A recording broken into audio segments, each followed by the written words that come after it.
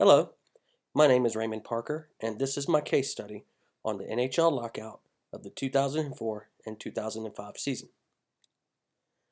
For the first time in history, an entire season of any professional North American sports league was lost due to a labor dispute between the owners of the teams of the National Hockey League and its players.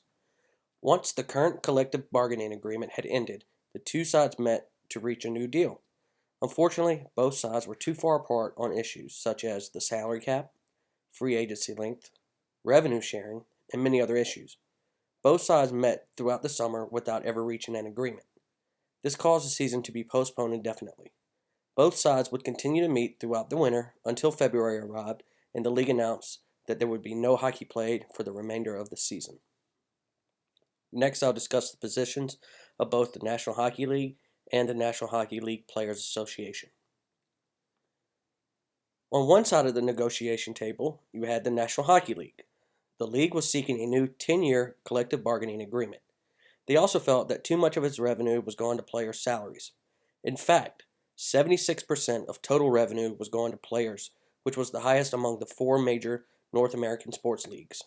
The league was also hoping to limit the length of the players' contracts to 5-year deals, and also lower the salary cap to $42.5 million.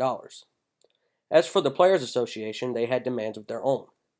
Instead of the 10 years the NHL was requesting, they only wanted an 8-year agreement with the chance to opt out after 6 years. They also wanted player contracts to be raised to 8 years.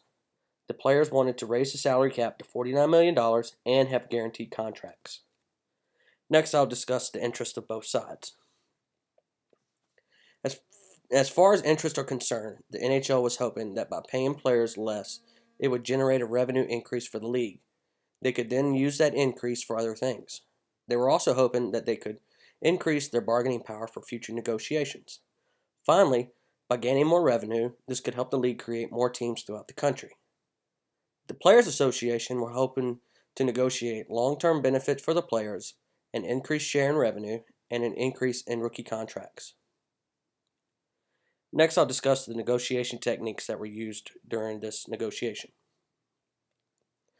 As far as negotiation tactics, both parties wanted to make sure that the final agreement was going to benefit both sides. There were never any moments where either party felt they were being misused or mistreated. They both just wanted what they felt was fair. Something else both parties did well was have their BATNA prepared.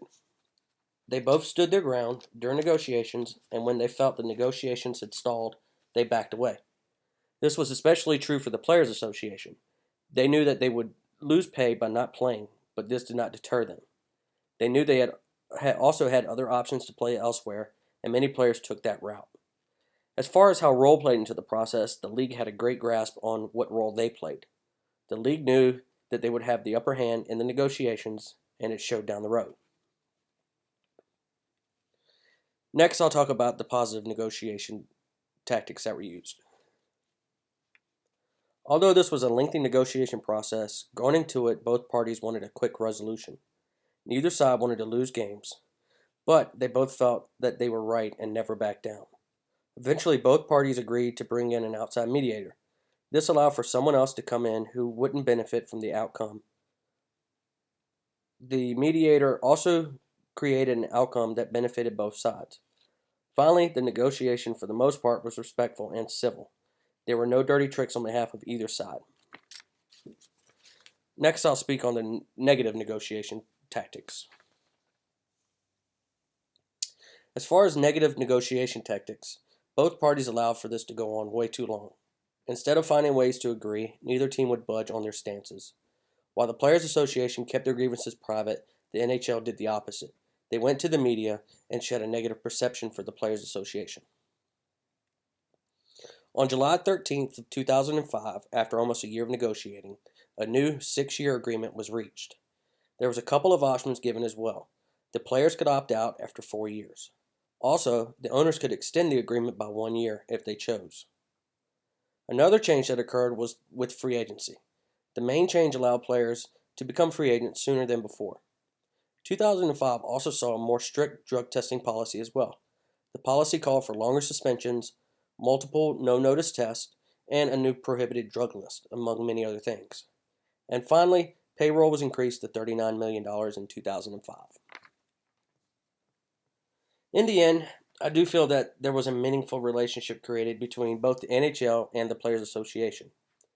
I feel that there was trust created between the parties.